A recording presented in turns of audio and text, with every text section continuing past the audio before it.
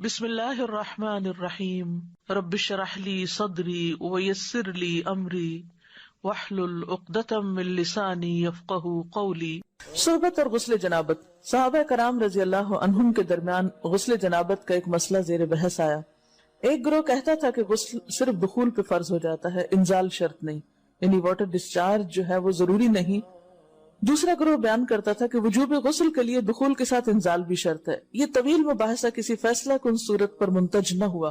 آخر قرار پایا کہ ام المومنین حضرت عائشہ رضی اللہ عنہا سے دریافت کیا جائے۔ حضرت عائشہ نے کہا کہ رسول اللہ صلی اللہ علیہ وسلم نے فرمایا، اذا جلس بین شعبها الاربع ومس الختان الختان فقد وجب الغسل۔ جب مرد عورت کی چار شاخوں کے درمیان بیٹھ جائے اور اس کا محل ختنہ عورت کے محل ختنہ کے ساتھ مس کرے تو غسل واجب ہو جاتا ہے۔ تو مسئلہ یہ ثابت ہوا کہ صرف دخول پر ہی مرد اور عورت جنبی ہو جاتے ہیں اور ان پہ غسل واجب ہو جاتا ہے، انزال یعنی منی کا نکلنا شرط نہیں۔ جنابت کے احکام۔ وجوب غسل کی حالت کو حالت جنابت کہتے ہیں۔ وجوب غسل یعنی جب غسل واجب ہو جاتا ہے تو اس حالت کو جنابت کہتے ہیں۔ جنابت کا لفظ جم سے، جم پہلو کو کہتے ہیں، نہیں بچنا۔ مندرجہ ذیل چار حالتوں میں مسلمان مرد اور عورت پر غسل کرنا فرض ہو جاتا ہے۔ نمبر 1، جوش کے ساتھ منی خارج ہونے کے بعد، اس میں احتلام بھی داخل ہے، یعنی کوئی ایسا خواب آئے یا ویسے۔ نمبر 2، صحبت کے بعد یعنی سیکشول انٹرکورس کے بعد۔ نمبر 3، حیض کے بعد۔ نمبر 4، نفاس کے بعد یعنی بچے کی پیدائش کے بعد۔ اس میں یاد رکھیے کہ بہت سے لوگ پوچھتے ہیں کہ اگر خواتین انٹرنل چیک اپ کرواتی ہیں تو کیا اس سے غسل واجب ہوتا؟ تو کوئی غسل واجب نہیں ہوتا جب تک کہ ان چار چیزوں میں سے کوئی چیز نہ ہو۔ اس میں یاد رکھیے کہ بہت سے لوگ پوچھتے ہیں کہ اگر خواتین انٹرنل چیک اپ کرواتی ہیں تو کیا اس سے غسل واجب ہوتا؟ تو کوئی غسل واجب نہیں ہوتا جب تک کہ ان چار چیزوں میں سے کوئی چیز نہ ہو۔ صرف منی خارج ہونے سے بات نہیں، بلکہ جوش کے ساتھ منی خارج ہونے کے بعد غسل واجب ہوتا ہے۔ رسول اللہ صلی اللہ علیہ وسلم نے فرمایا، جب تم عورت کی چار شاخوں کے درمیان بیٹھ کر صحبت کرو تو تم پر غسل واجب ہو گیا اگرچہ منی نہ نکلے۔ آپ نے غور کیا ہوگا کہ طہارت کے مسائل بہت تفصیل کے ساتھ اور اپنے اندر بہت ڈیٹیلز رکھتے ہیں، اور بہت سے موضوعات ایسے ہیں کہ جو انسان کی ظاہری زندگی نہیں بلکہ اس کی نجی اور ذاتی زندگی سے متعلق بھی ہیں، لیکن اس طرح پبلکلی ان کو پڑھانا اور ان کو سکھانا یہ بھی ایک ضرورت ہے، کیونکہ آپ صلی اللہ علیہ وسلم نے انصار کی خواتین کی تعریف کی کہ انصار کی خواتین کتنی اچھی ہیں جنہیں حیا دین کا علم حاصل کرنے سے نہیں روکتا۔ تو سوال یہ پیدا ہوتا ہے کہ آخر اتنی تفصیلات کیوں؟ اور بعض لوگ اس کو ناپسندیدہ قرار دیتے ہیں، تو ایسا کرنا ناسمجھی کی علامت ہے۔ ہم دیکھتے ہیں کہ انسان اگر اللہ کے بتائے ہوئے طریقے کے مطابق زندگی بسر کرتا ہے تو اس میں خیر ہی خیر ہے، اور وہ صرف خیر اس کی اپنی ذات تک نہیں رہتی، بعض اوقات دوسروں کی بھلائی کا ذریعہ بھی بن جاتی۔ عورت کو بھی احتلام ہوتا ہے۔ ام المومنین حضرت سلمہ رضی اللہ عنہا روایت کرتی ہیں کہ حضرت ام سلیم نے رسول اللہ صلی اللہ علیہ وسلم سے کہا، اے اللہ کے رسول، یقیناً اللہ حق سے نہیں شرماتا، یعنی حق بات اور ایک ضروری بات جو ہے اس کو واضح کرنا ضروری ہوتا ہے، اور اس معاملے میں شرم سے کام نہیں لینا چاہیے، کہیں ایسا نہ ہو کہ انسان انجانے میں غلط کام کرتا رہے۔ تو یہ کہہ کر انہوں نے مسئلہ پوچھا، کیا عورت پر غسل ہے جبکہ اس کو احتلام ہو؟ آپ نے فرمایا ہاں، لیکن جب پانی کا نشان دیکھے یعنی منی دیکھے۔ اس پر حضرت ام سلمہ نے شرم سے منہ چھپا لیا اور عرض کیا، اے اللہ کے رسول، کیا عورت کو بھی احتلام ہوتا ہے؟ آپ نے فرمایا ہاں ہوتا ہے، تیرا داہنا ہاتھ خاک آلود ہو، یعنی ایک پیار کی ڈانٹ تھی۔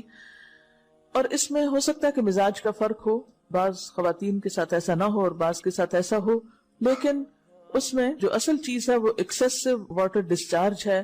اس میں کہیں ایسا نہ ہو کہ لیکوریا وغیرہ کے ساتھ اس کو ریلیٹ کر دیا جائے، دونوں چیزوں میں فرق ہے۔ اور احتلام جو ہے وہ سوتے وقت ہوتا ہے، یعنی سو کر اٹھنے پر اگر انسان اپنے کپڑوں پر زیادہ ڈسچارج دیکھے، خواہ کوئی خواب یا کوئی فیلنگ یاد نہ بھی ہو، تو پھر غسل کرنا ضروری۔ معلوم ہوا کہ عورت یا مرد نیند سے اٹھ کر اگر تری یعنی نشان منی دیکھیں تو یہ احتلام کی علامت ہے، لہٰذا ان پر غسل کرنا فرض ہو جاتا ہے۔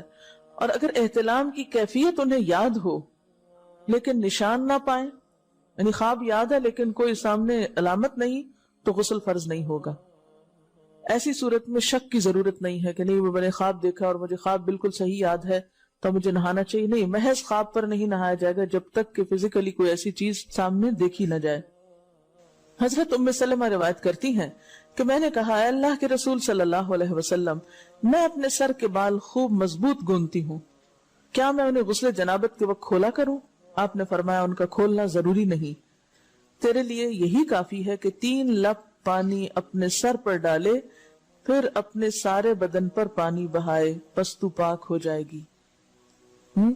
یعنی بالوں کی جڑیں بھیگنا، سکن بھیگنا ضروری ہے، سارے بال کھولنا ضروری نہیں ہے. جنبی کے بالوں کا مسئلہ. حضرت عائشہ کو خبر ملی کہ حضرت عبداللہ ابن عمرو عورتوں کو غسل جنابت کے لیے بال کھولنے کا حکم دیتے ہیں. فرمانے لگی، ابن عمرو پر تعجب ہے، انہوں نے عورتوں کو تکلیف میں ڈال دیا، وہ انہیں سر منڈوانے کا حکم کیوں نہیں دے دیتے؟ یہ حضرت عائشہ کی ڈانٹ تھی. یعنی وہ یہ تو کہنے کہ عورتیں بال کھول کھول کے نہائیں، تو وہ پھر سیدھا یہی کہیں کہ عورتیں بال منڈوا لیں. میں اور رسول اللہ صلی اللہ علیہ وسلم ایک ہی برتن میں غسل کرتے اور میں اپنے بال کھولے بغیر سر پر 3 چلو سے زیادہ پانی نہیں ڈالتی تھی. معلوم ہوا کہ غسل جنابت کے لیے بال کھولنے کی ضرورت نہیں، مگر یہ حکم صرف غسل جنابت کا ہے. غسل حیض کے لیے بالوں کا کھولنا ضروری ہے کیونکہ وہ مہینے میں ایک دفعہ ہے. حضرت عائشہ سے روایت ہے کہ انہیں رسول اللہ صلی اللہ علیہ وسلم نے غسل حیض کے لیے فرمایا، اپنے بال کھولو اور غسل کرو. اس میں آپ دیکھیے کہ دونوں چیزوں میں فرق کیوں ہے، دونوں کی نوعیت فرق ہے. اور حیض جو ہے وہ ایک نجاست کی کیفیت بھی ہے نا، قل ہوا اذی، تو اس کے بعد نہانا اور نہا کر خوشبو لگانا خاص طور پر اس کا سارا حکم آتا ہے. لیکن غسل جنابت میں نجاست کی وہ کیفیت نہیں ہے. یعنی حیض کا خون اور منی جو ہے ان دونوں کے حکم میں بھی فرق ہے. ٹھیک ہے نا. بعض علماء کے خیال میں جو منی ہے اٹ سیلف وہ ناپاک چیز نہیں ہے. اگر کسی کپڑے وغیرہ کو لگ گئی تو وہ کپڑا ناپاک نہیں، اگر اس کو خشک ہونے پر کھرچ کے صاف کر دیا جائے تو کپڑا صاف ہو جائے گا. لیکن خون حیض پر آپ صلی اللہ علیہ وسلم کیا فرمایا؟ چٹکیوں سے مل مل کے اس کو صاف کر کے دھوئے. تو ان دونوں میں بھی فرق ہے. لہٰذا ان دونوں کے بعد نہانے کے حکم میں بھی فرق ہے. ایک میں بال کھولے جائیں گے اور بال بھی دھوئے جائیں گے اور بالوں کی جڑیں بھی دھوئی جائیں گی، جبکہ دوسرے عام غسل جنابت میں بال کھولنا اور پورے بال دھونا شرط نہیں. بہت سے بچیاں ایسی جن کی شادی ہوتی ہے اور اس کے بعد انہیں ان مسائل کا پتہ نہیں ہوتا، یا تو وہ شرم کے بارے نہاتی نہیں، یا نہاتی ہیں تو پھر وہ پورے بال دھو دھو کے سکھانے میں اور ان چیزوں میں اتنا وقت ضائع کر دیتی ہیں کہ پھر بعضوں کا شوہر کی نافرمانی اور آپس کے تعلقات میں ٹینشن، لوگوں کا خوف.